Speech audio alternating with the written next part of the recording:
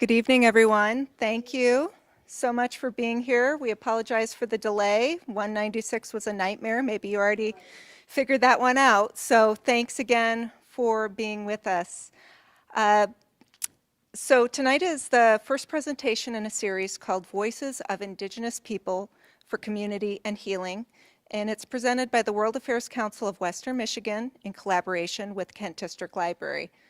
I'm Erica Kubik, the Director of Programming for the Council, and on behalf of my colleagues Michael Van Denen and Rachel Brooks and the Board of Directors of the World Affairs Council, I welcome all of you.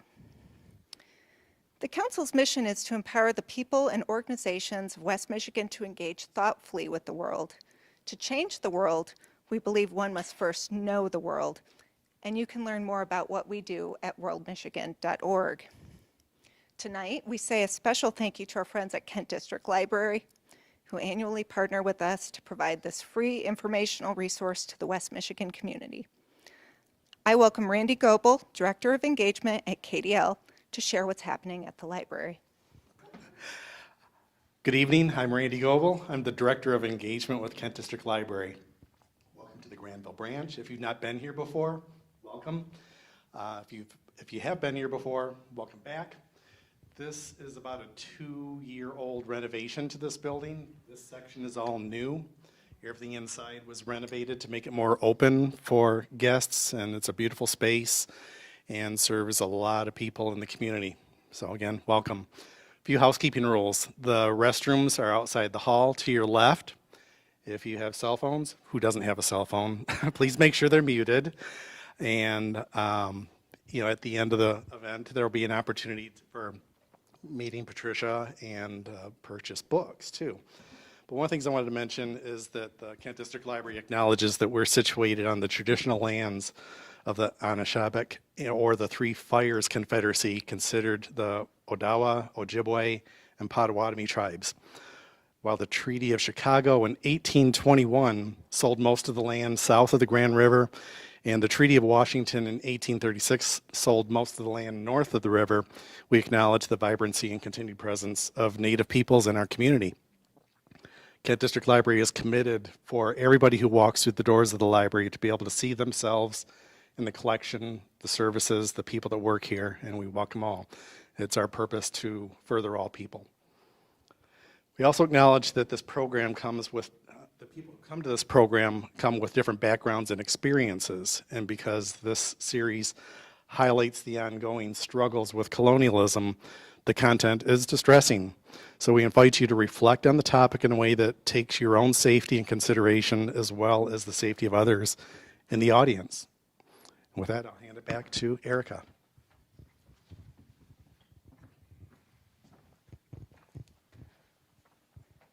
All right. Is this a little better?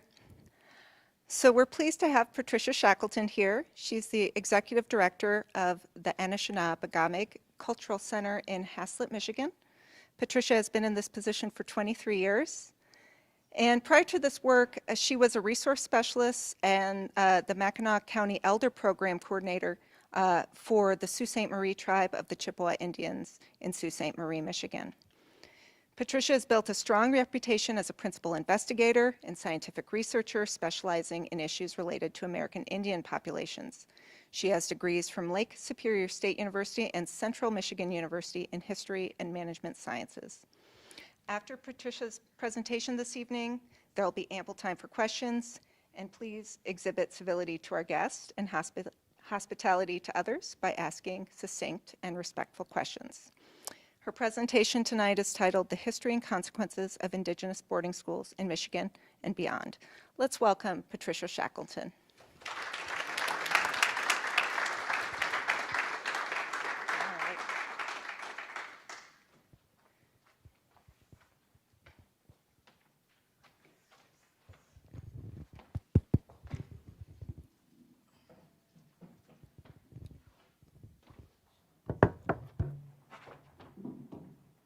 Good evening, folks. Can you hear me with this? Yes. Okay, very good.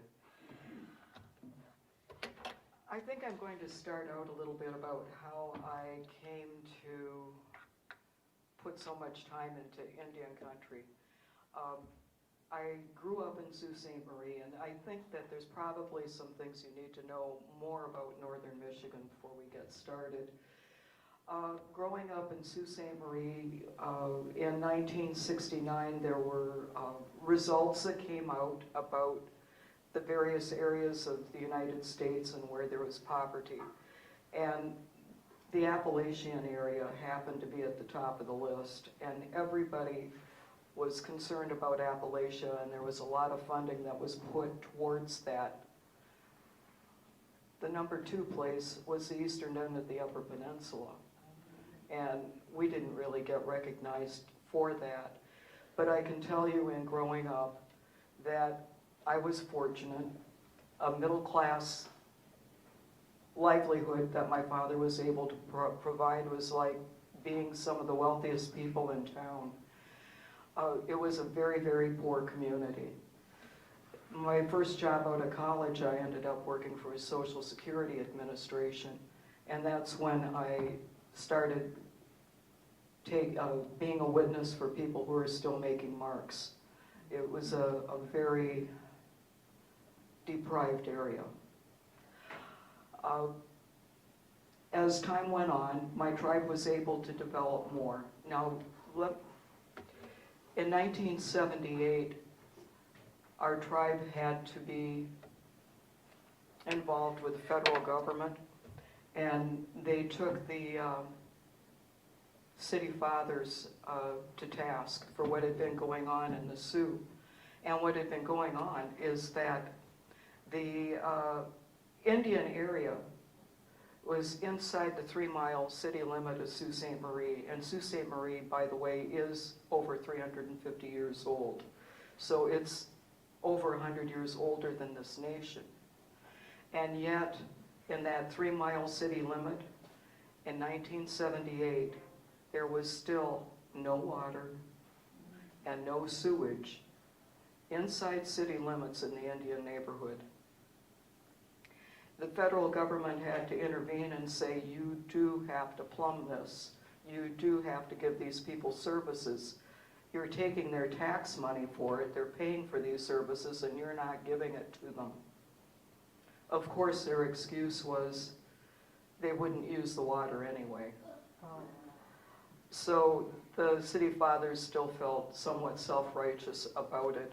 However, it did take that kind of intervention to get water in the Indian area. If any of you have been to Sault Ste. Marie, then you probably have been on Shunk Road, and this is the area in particular I'm talking about.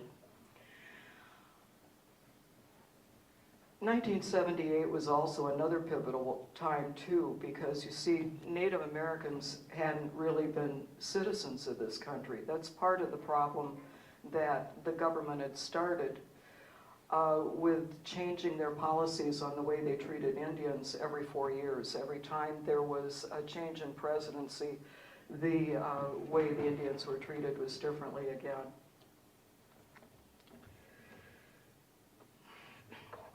Excuse me, it's going to take a little bit for me to get everything out that I would like to tell you.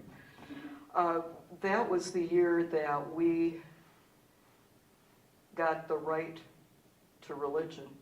It was in 1978. Now, there may be freedom of religion for everybody else, but not for these non-citizens of the United States. There was no freedom of religion. In fact, that's the reason why there was the massacre by the American cavalry out in Minnesota of lynching 16 people. It was because they were dancing. So there are a lot of things that we have to celebrate, but the fact that there are powwows now and you never used to see them, that's the reason why. Dancing was against the law. It was in many, many states and various places throughout the country. It is illegal to walk down the main street in one's regalia, and that still exists. So we celebrate when we can to take advantage of these newfound freedoms that we've finally been able to obtain. However, like any act that goes through Congress, the right to religion can be revoked at any time for us as well. So I continued with my work career, and I did a lot of different things. And then as the tribe got bigger and was able to support more people in their jobs and employment, I was able to get a job working as an elderly program developer for our outlying areas. And I loved it. I loved it. I loved the people. I loved everything about it. I was working with a lot of the last of our first language speakers, and a lot of the folks that had been in the boarding schools as well. I told my friends, if they only knew that I sat in an office at St. Ignace and could hear the waves from the straits, and then my biggest work was to get in a federal car and drive over and have lunch with the elders in Hessel. It was like a dream come true. I found that a lot of our meetings, I found a lot of different things about the nature of the Native Americans. We would have meetings, and the meetings would really occur about an hour after the meeting stopped. That's when people finally got around to talking.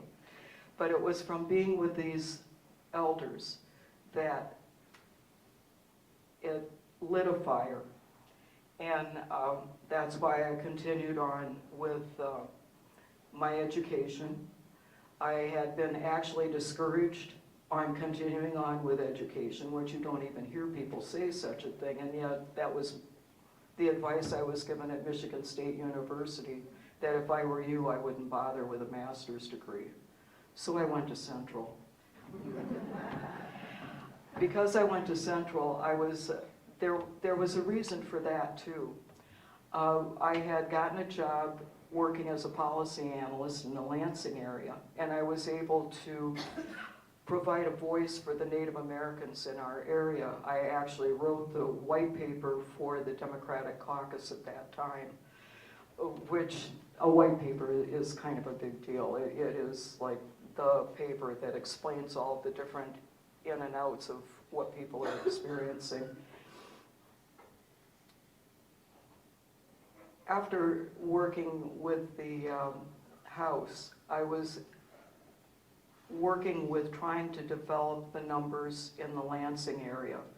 One thing that I found out rather quickly with grant writing is that you have to have numbers or people don't want to fund you. And we had no numbers on anything. So I worked with a coalition that had gathered data for Hispanics, but when it was time for the Indians to get their data together, all of a sudden all the grant money was gone. And it was because of that that I went back to school so that I could continue on. R.E. Olds Foundation felt very strongly about this, and you'll see as I go through the boarding school thing of why I'm bringing up the R.E. Olds Foundation and the work that was done afterwards. We found some health outcomes to be rather upsetting, and that is going to be some of the unexpected consequences of the Dawes Act.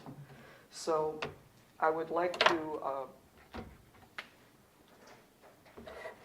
do the introduction here because the dedication includes my husband. This was to thank the Saginaw Chippewa Indian Tribe of Michigan and all the members of Tribal Council for their support for this project and their belief that we can work together to create a better future.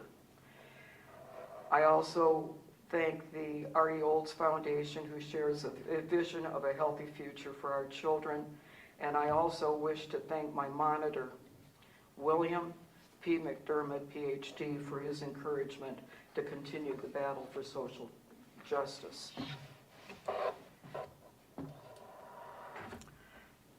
So this is kind of out of order. Typically, every time that we start anything, we would like to start it with a prayer. So I just ask for a moment of silence, that this is all done in a good way. When we have sema or tobacco, that is supposed to have been the first plant that was created by the Creator, was the tobacco. And we respect that and put that down. So The word Sema also has some interesting linguistic overtones. It also means I breathe. And what that means is everything that I say is a prayer. I can say good prayers, I can say bad prayers, I can put out what I want to put out to the universe, but I'm putting it out there. It's a prayer. So, I'd like to say a couple things in Ojibwe for you. Does it help if I keep this closer rather than, Yes. okay.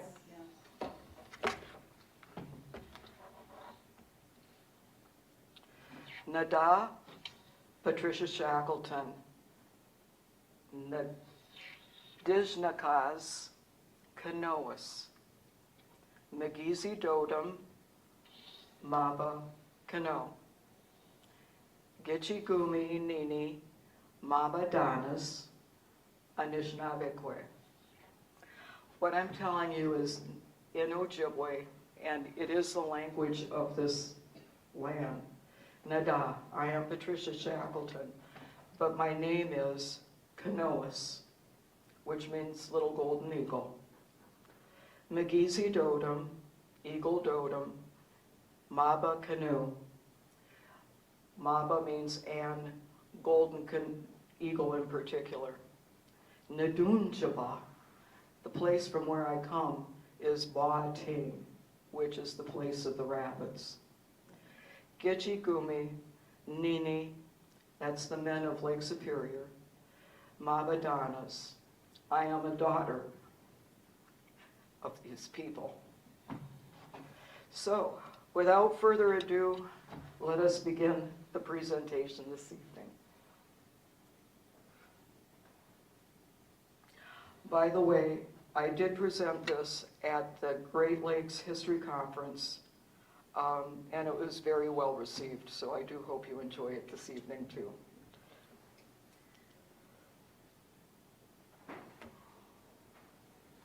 We're going to cover the education of Indian children and the Dawes Act. In particular, it's going to be the Native American schooling techniques, the white perspective, and then the Indian experience.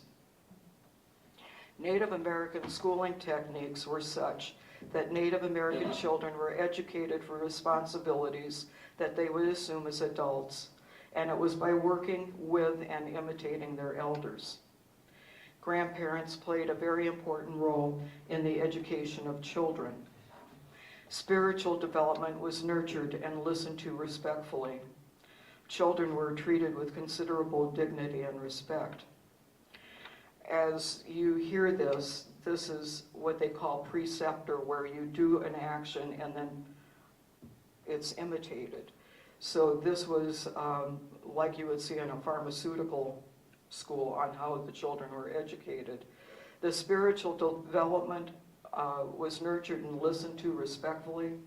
We did not believe in sending our children anywhere away from us until after the age of 7, because the first 7 years, like numerology, these were considered to be the God years. These were the years when a child would still be spiritually very connected through his spirit to where he came from. So we really tried to keep the children protected and listen very carefully to what they had to say. For the white perspective, there were changing federal policies, and they changed quite a bit, but 1865 is a pivotal year. I also am going to cover Pratt and the Indian boarding school years, which is 1875 and 1879, and then Thomas Morgan, who was a commissioner on the Indian affairs from 1889 to 1893. The white perspective was that there should be vocational education only. That was put in place from 1901 to 1928. The only answer to the Indian problem was to assimilate Native Americans into Euro-American society. Education was quickly identified as a critical tool in accomplishing this goal. Congress routinely appropriated money for the Civilization Fund to transform Indians into the model of white pioneer settlers. Treaty agreements and the Civilization Fund had assumed a voluntary transformation of Indians. The assimilation policy was comprehensive and it was compulsory. So what I'm telling you is that it was identified that it was easier and cheaper to educate than exterminate. This was also something that Adolf Hitler found really interesting, and he modeled a lot of his stuff after what he saw going on with the boarding schools. There's also some introduction of this being comprehensive and compulsory. I don't know if you can imagine what this would be like to have a 5-year-old torn out of your arms, just the way you were, and just the way your mother had been. This had gone on for many generations. There was no fighting it.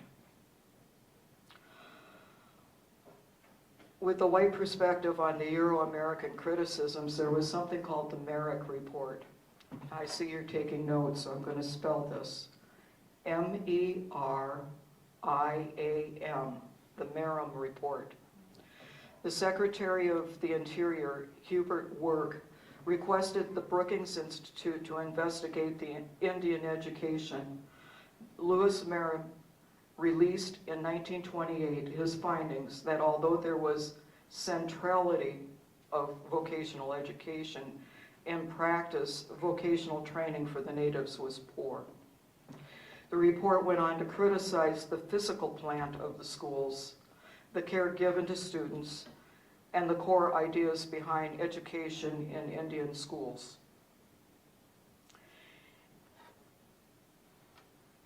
In 1875, Pratt was placed in charge of a group of 72 Indian prisoners near St. Augustine, Florida. Pratt developed a prison school to acculture prisoners into white society. Pratt opened Carlisle Industrial Training School on November 1st, 1879. Using the techniques learned with prisoners, Pratt isolated the students from their tribal cultures and attempted to fully assimilate the students into a European lifestyle. Christianity, Pratt believed, was an important element in becoming part of the European community, and Pratt was the first who held weekly Christian services. Government officials saw Carlisle as an alternative to the expensive and bloody Indian campaigns in the West.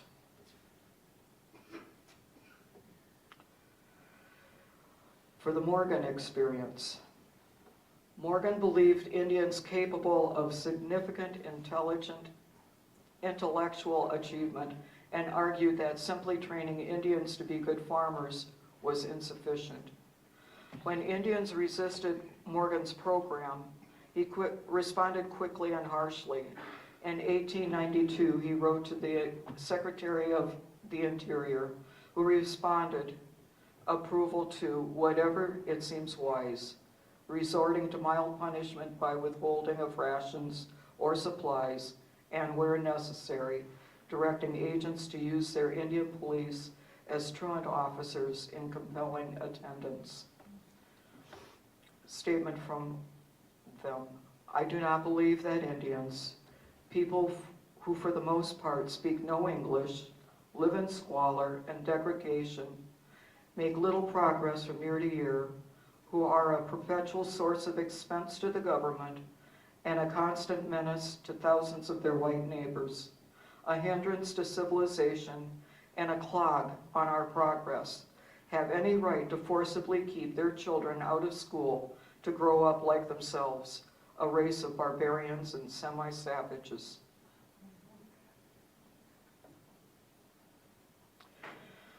This will be the Indians' experience. First, we'll cover the parents' dilemma, and then the students' first day, which will include daily routine, living conditions, use of English, health, food, punishment, and the fate of runaways. It is almost impossible to explain to a sympathetic white person what a typical old Indian boarding school was like, how it had affected the Indian child, suddenly dumped into it like a small creature from another world, helpless, defenseless, bewildered, trying desperately and instinctively to survive it all. Our mothers had taught us that only unskilled warriors who were captured had their hair shingled by the enemy. Among our people, short hair was worn by mourners and shingled hair by cowards.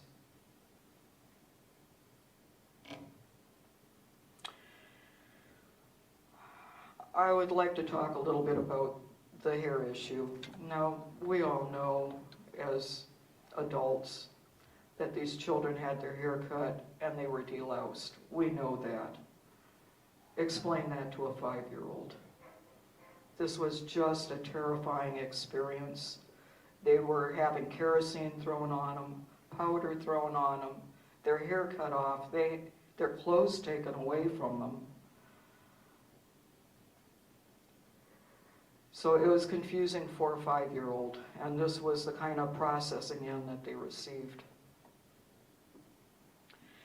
As defined in school rules, students lived in a quasi-military lifestyle. They wore uniforms, were organized into companies under the command of student captains and majors, and were marched from activity to activity. The student's day was divided roughly in half. A half day was spent in class. The balance of the day was either spent in vocational education, which could consist either of formal study or work detail. The outing system was employed in Mount Pleasant, particularly during the summer. Male students served as seasonal laborers on area farms, while female students often found summer employment as domestic help. By the 20th century, school buildings were often run down and crowded. Children usually slept in dormitories that placed 30 or 40 students in a large room. Students bathed once or twice weekly, otherwise washing in communal troughs. Soap, in the Merriam Report, was rarely immediately accessible. The Merriam Report also found indoor toilets in poor repair, and at least half of the toilets visited by report staff lacking in toilet paper due to budget shortfalls. Students had very little privacy. They slept and ate in communal facilities. After bathing or showering, the students used communal dressing rooms equipped with long wooden benches to dry and dress. Correspondence were either sent to or written by the student was routinely read and screened by school staff. An Indian caught speaking native language might have his or her mouth washed out with soap or suffer some other more severe penalty.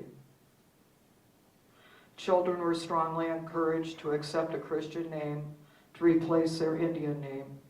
School officials considered Indian names pagan. Translating an Indian name into English was mocked by the instructors. Children who spent several years at boarding school found that when they returned home to the reservation, they had difficulty communicating with their Ojibwe-speaking parents.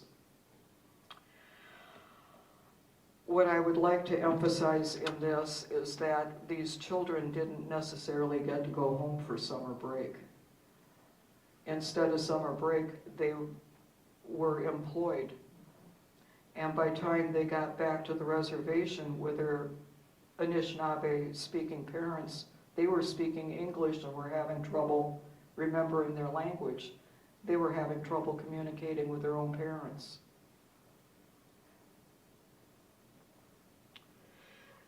Because of the, oh, I'm right where I want to be. Because of the inadequate sanitary conditions and the marginal diet, student health was often poor. Health conditions were made worse, however, by conscious decisions to enroll sick children and allow them to freely mingle with healthy students. I would like to point out that in rooms where you have 30 or 40 children and you put a sick child in, you know you're going to end up with many sick children. I think that a lot of us had a real eye-opener with what happened with our shutdown for the past couple years. The Spanish flu happened to have gone through the boarding schools. So there were issues of things that were happening there. So let me get back. Now that I brought up the Spanish flu, I think it's kind of important to realize that. There were epidemics of trachoma, tuberculosis, and other diseases. In the first years of the 20th century, over 1/2 of all the children in off-reservation boarding schools suffered from trachoma, an eye disease, which, if left untreated, causes blindness in approximately 1% of its victims. Trachoma is easily caught and usually associated with unsanitary conditions and poor living standards. And I think that you just heard there was no soap or toilet paper, so that's the reason for the eye problems. Death among students was not uncommon, and there was a policy not to share information with parents about minor illnesses, which could lead to stunning consequences. We're going to talk about the Indian food health experience. When you talk with people who have been to boarding schools, sometimes you hear a mixed bag. A lot of them complain, but you'll hear the one odd one that'll say that it was a good thing. I'm going off script right now and talking about the Cosley family. There was one person in their family that said it was a really good thing for her to be at the boarding school because she knew she was going to get fed. And it might not have been everything it should have been, but it was more than nothing, which is what was happening at home. And that's why I wanted to do the introduction of just how poor the eastern end of the UP is even today. Many students recall the food as being at least adequate. The Merrim report, however, was critical of the food. The report shows widespread malnutrition among the students and actual food shortages. The diet at the schools usually focused on meat, starches, with fresh vegetables or fruit rarely served. Schools emphasize the learning of agricultural skills and maintaining substantial farming operations. However, those cash crops were used to supplement the school's budget rather than to feed the students. The Merrim report estimated that to adequately feed children in the schools would cost 35 cents per day per student. The report calculated that the government actually spent 11 cents per day per student on food. The Indian experience with punishment. Infractions of many rules usually resulted in withdrawal of privileges or the assignment of extra work detail. However, more severe punishments also occurred. Students may be deprived of a meal. Girls were often forced to kneel for an extended period of time on a hard service, and boys and girls were occasionally beaten with a strap or rubber hose. Flogging with a whip was also allowed. Flogging and other extreme forms of punishment were not banned formally until 1929, but remained because of a 1930 statement that it be allowed in emergency situations. Students did run away. The most common reason cited for fleeing a boarding school was homesickness rather than poor treatment. Tribal police were used as truant officers, so students were returned back to the schools. Off script again, if any of you have ever read Rabbit Proof Fence, it is an Australian experience. I highly recommend it. It is about the school runaways. So Michigan Indians today are very disconnected from parenting skills. We have generations and generations of children who were not in the homes with their parents. And there is also a spiritual disconnection from traditions. They were not there at the critical times to be able to be involved in traditions, and they were not passed on. We have new learned behaviors, something previously unseen, something learned at the boarding school, and that was domestic violence behavior. Before the boarding schools, we did not have this kind of problem of domestic violence. It was taken care of, like for example, with the Iroquois. I think most of you are probably acquainted with their involvement with the Constitution, and that our Congress mirrors the women's court, and that the person who was the leader was actually elected by the women. And he wore a headdress with horns, and when he was not in favor, he was dehorned. So what I'm trying to say is that there was a lot more emphasis on traditions and a lot more emphasis on a woman's place within the traditions. So there is also a lot, and where I'm going to be going with this is the solution for what we've been talking about, and what we're facing today is health disparities with diabetes and amputations at an extraordinary rate. There is a rise of diabetes among the indigenous Indians, with diet, obesity, and heredity as contributing factors. Health problems are increasing, with Indian Health Service reporting children having obesity rates of 40%, 4 times the rate for general population. Type 2 onset diabetes is increasingly being discovered in indigenous American youth. Indigenous populations are high users of the health industry and are 3 times the risk than other adults. So I'm going to tell you a little bit about this project and what I did. It was in 2007. I did surveying with 150 people in a closed-door meeting on the Mount Pleasant reservation. Everybody there was 100% to 50% blooded.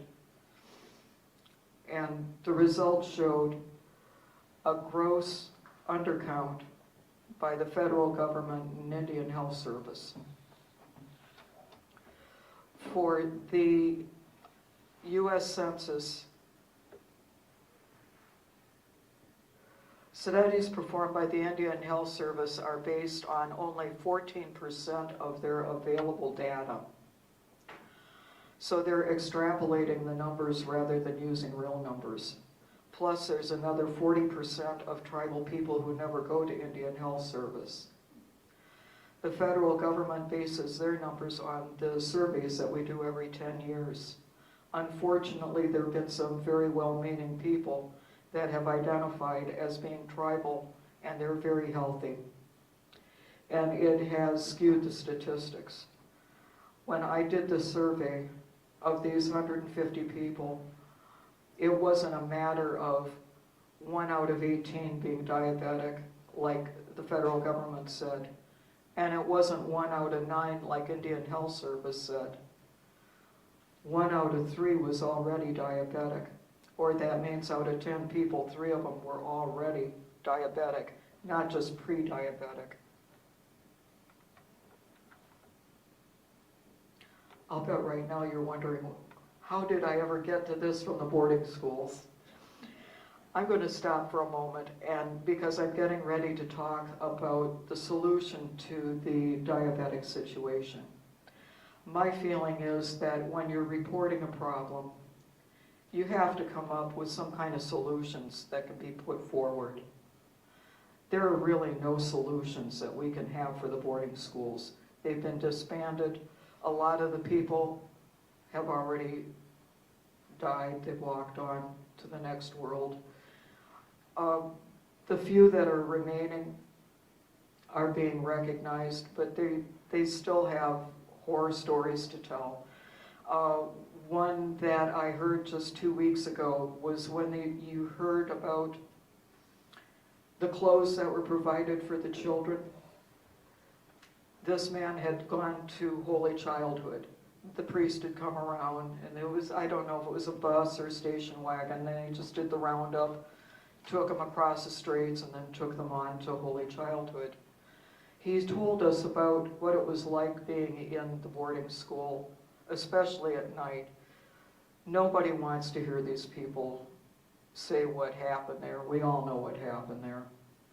We see the suicides that happen after investigators had gone through Canada to ask about what had happened.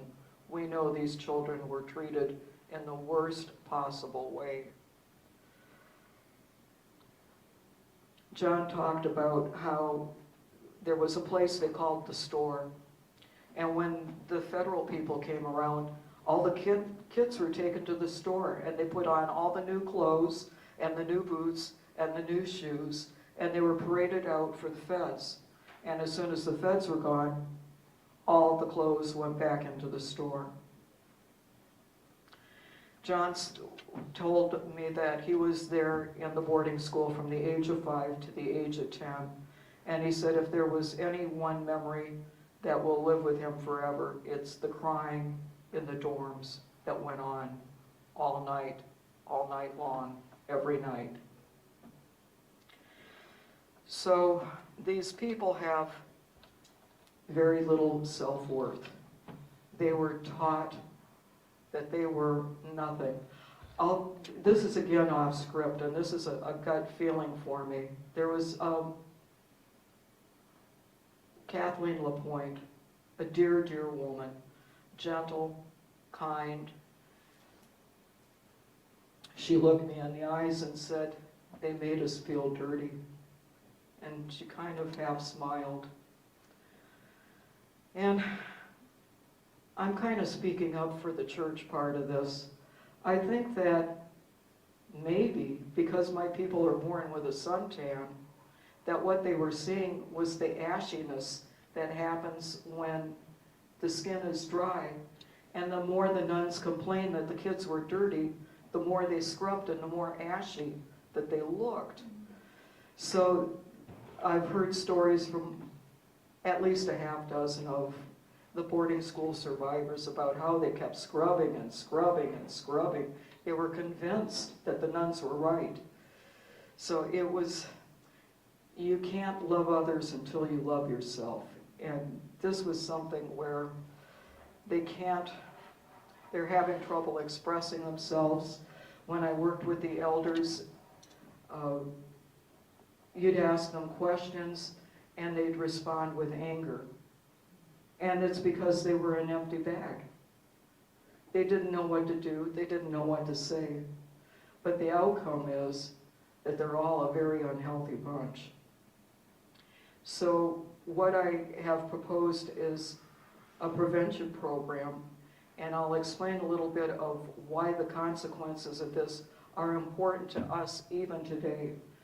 I've tried explaining to people that if there was a healthy eating program put in place, it might cost $2,500, but it would save you as a taxpayer $250,000 to $600,000. So I'll explain this with lower extremity amputations and dialysis. So I'm back on script. One of the things that I can tell you right now is that I did have an advantage being an Anishinaabe principal investigator, because they will only be frank with another of their own. The last thing in the world they want to hear is, you're from the government and you're here because you're going to do something good. You're going to do something that's going to be really good for me. You won't even get in the door.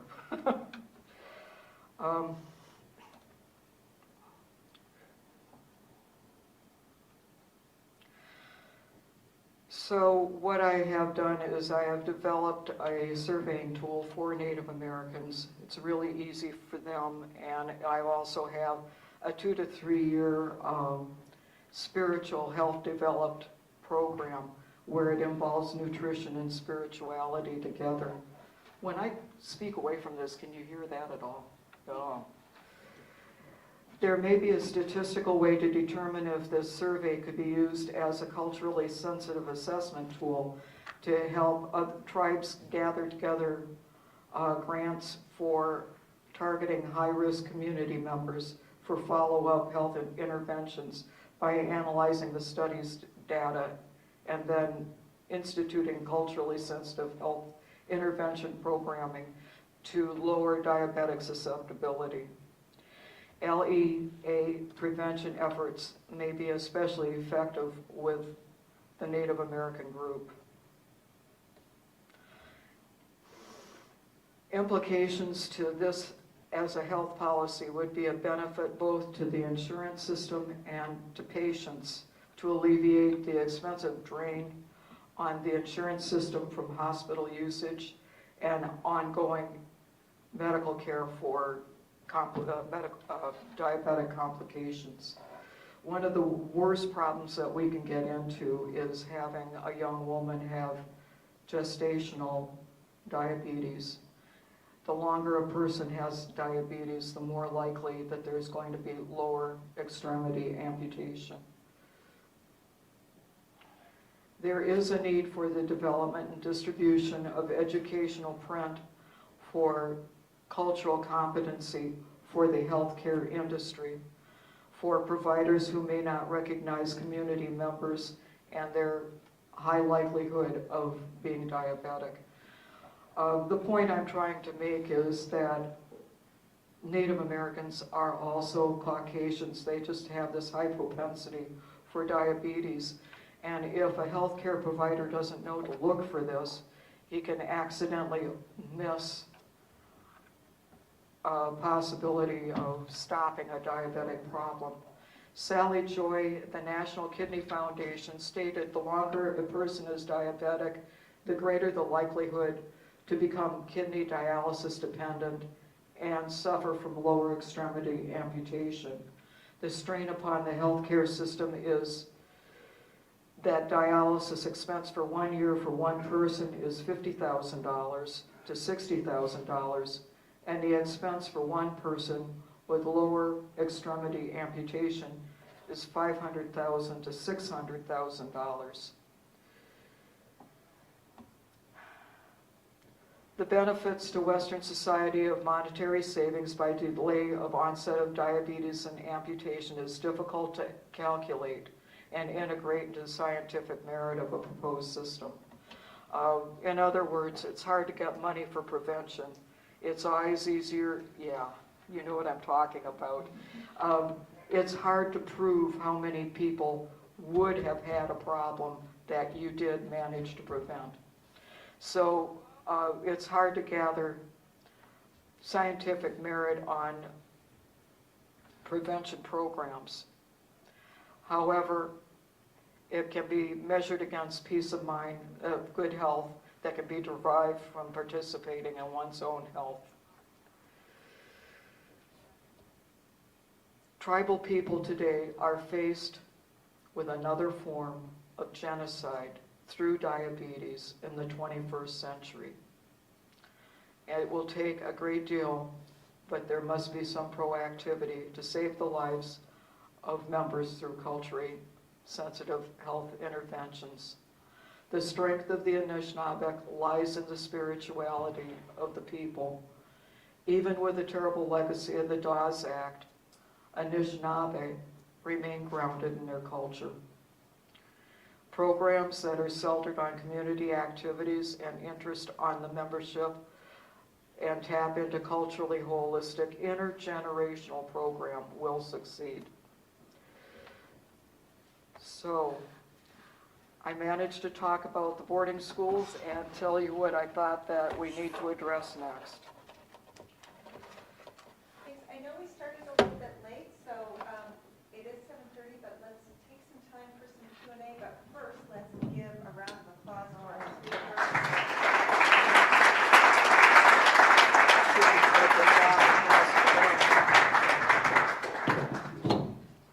Do we have any questions? I think so.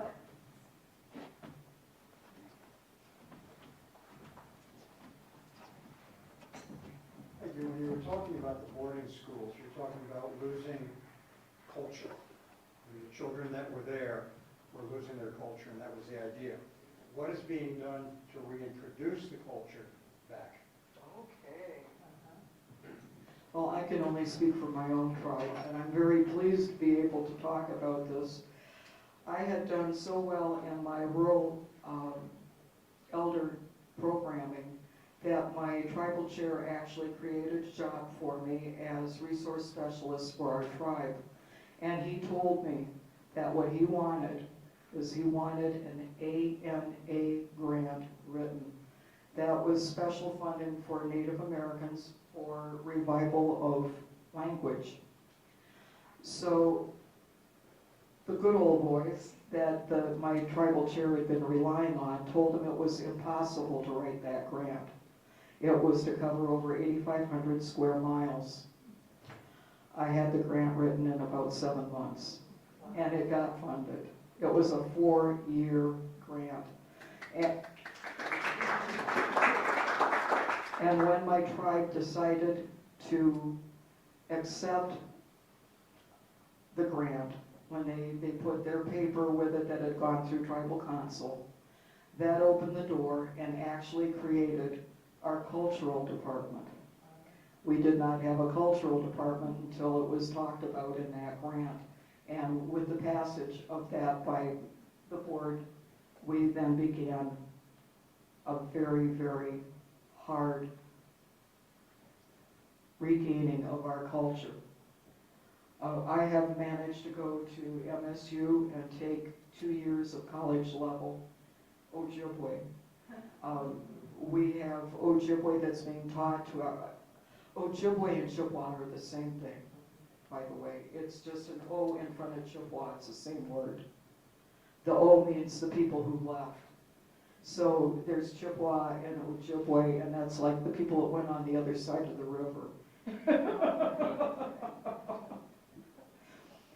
So we're working very hard at it. And as you have seen with the powwows, and we're taking advantage of being able to reclaim some of these things.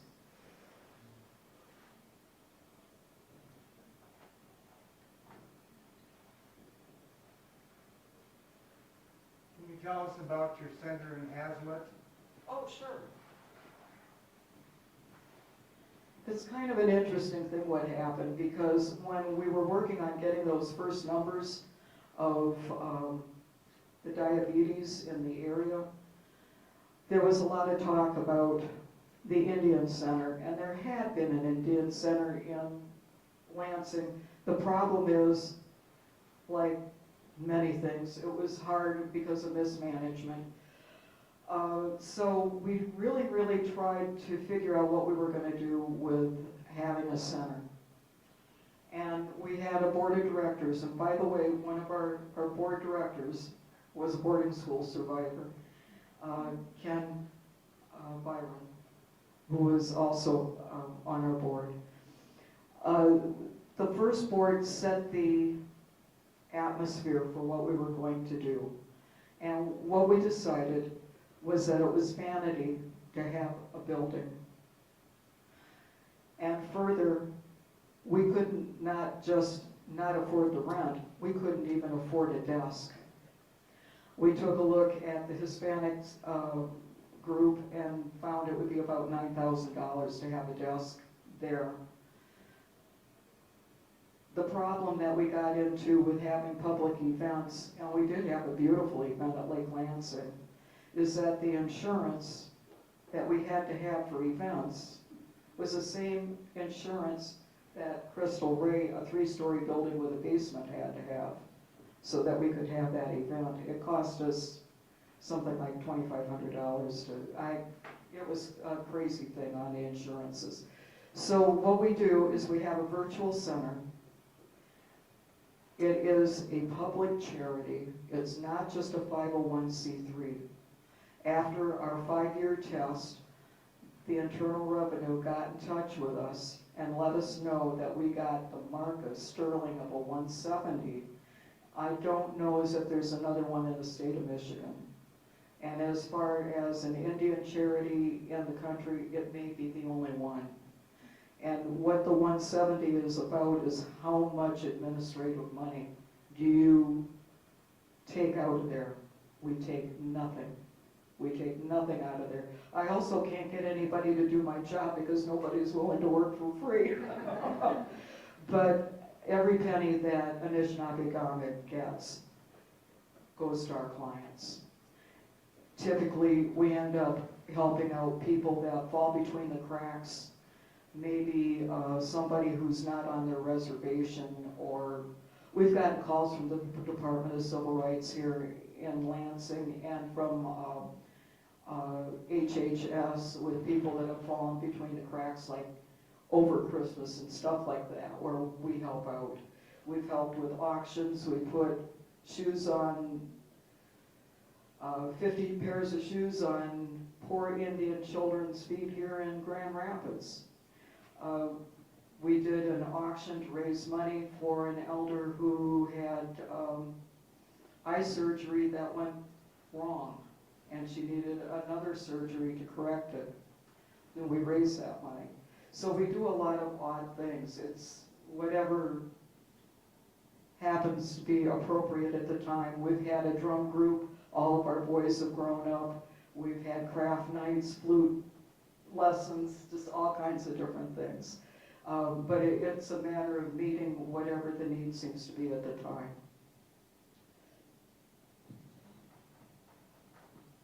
You may have mentioned this and I missed it, but at what point in time did the boarding schools start to get phased out? Obviously, it's pretty recently if you still know survivors. You'll hear a lot of different years mentioned. So I'm going to go through the years. I think I'm going to backtrack to Andersonville too. Some of this stuff actually started in the 1830s. This got a little bit more formal in the 1860s, before the Civil War, and then after the Civil War. The really bad boarding school stuff had stopped around 1965. But the funding didn't stop until 1982.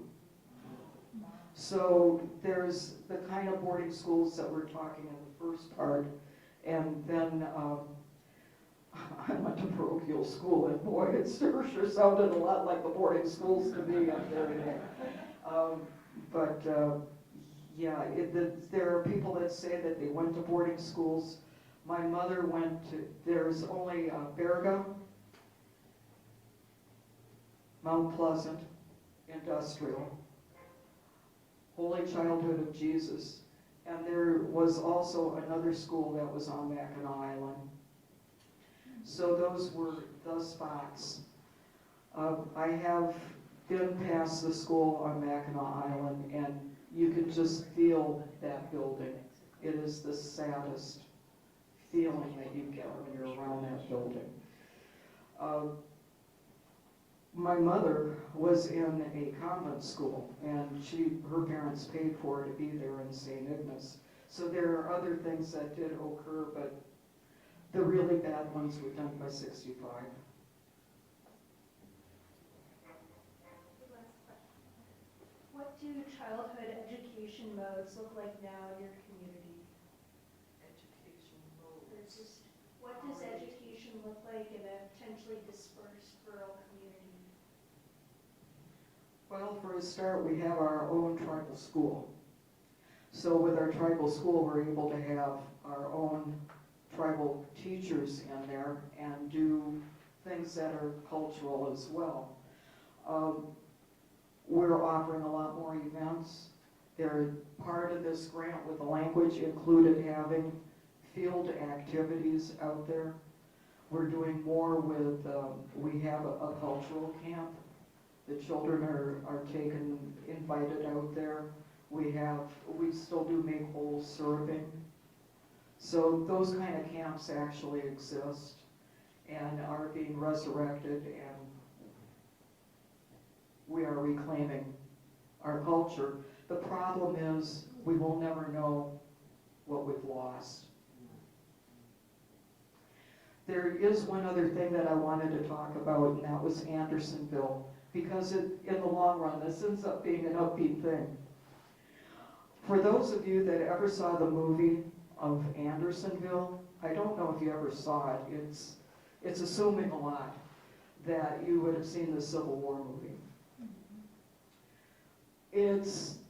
The Confederates didn't have enough food to feed their own soldiers, and they certainly didn't have enough food for the men in that prison.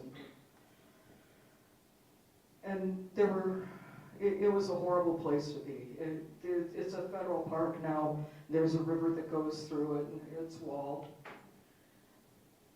But as different groups would come in, there was a bunch that was called the Marauders. And the Marauders would start chanting, and they'd say, fresh fish, fresh fish, fresh fish. And they'd circle the new people. And they'd take everything from them. Boots, food, clothing, money, anything of value. They were stripped of anything of value. And this went on and on and on until one day when Company K, Michigan's Anishinaabe sharpshooters, showed up. There were a few of them, but there was only about 9 that were captured. It could have been more. I'm not sure the exact number. They walked in, and it started again.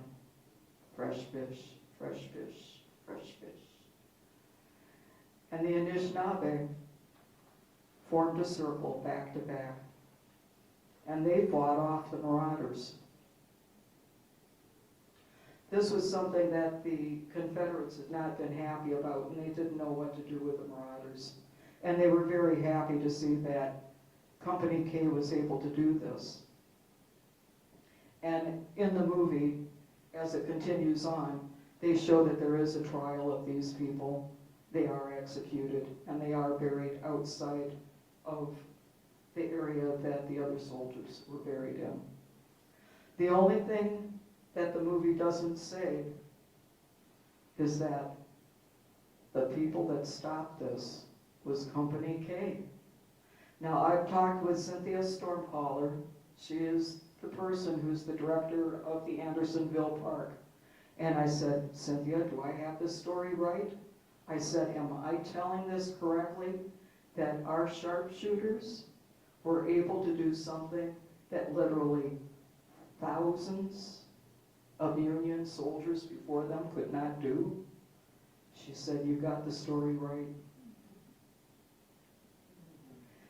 So I do want to add something that is a little more uplifting, even though we're talking about the Civil War and that prison. That was a pretty incredible accomplishment, and one that hasn't been directly shown to be from the Anishinaabe, but it's something of great pride. Could you repeat the name of the book that you suggested, of the Aboriginal? Oh, sure. That, it's also a movie. It's Rabbit Proof Fence. What is it? Rabbit rabbit-proof fence. These girls followed the rabbit-proof fence back home.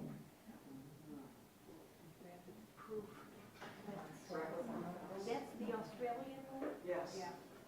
It's a book. Yes, a book. Before I have my closing remarks for the evening, perhaps we can have one more comment where you can talk about your own book that you're selling outside, because you can see that was a great story that you told, and there are more stories to tell. So please tell us more about how the Little People Stole my Wampum. Okay. Well, I've also tried to do a lot of different things and taking advantage of all the opportunities that have been given to me from being in Lower Michigan. And some of the things that I've done is apprenticeships. One apprenticeship is in doing birch bark cutout work, and I was acknowledged as the 2020 Michigan Heritage Award winner for that work. It's a resurrection of an old art form. I also work with stone and did a formal apprenticeship in making women's prayer pipes.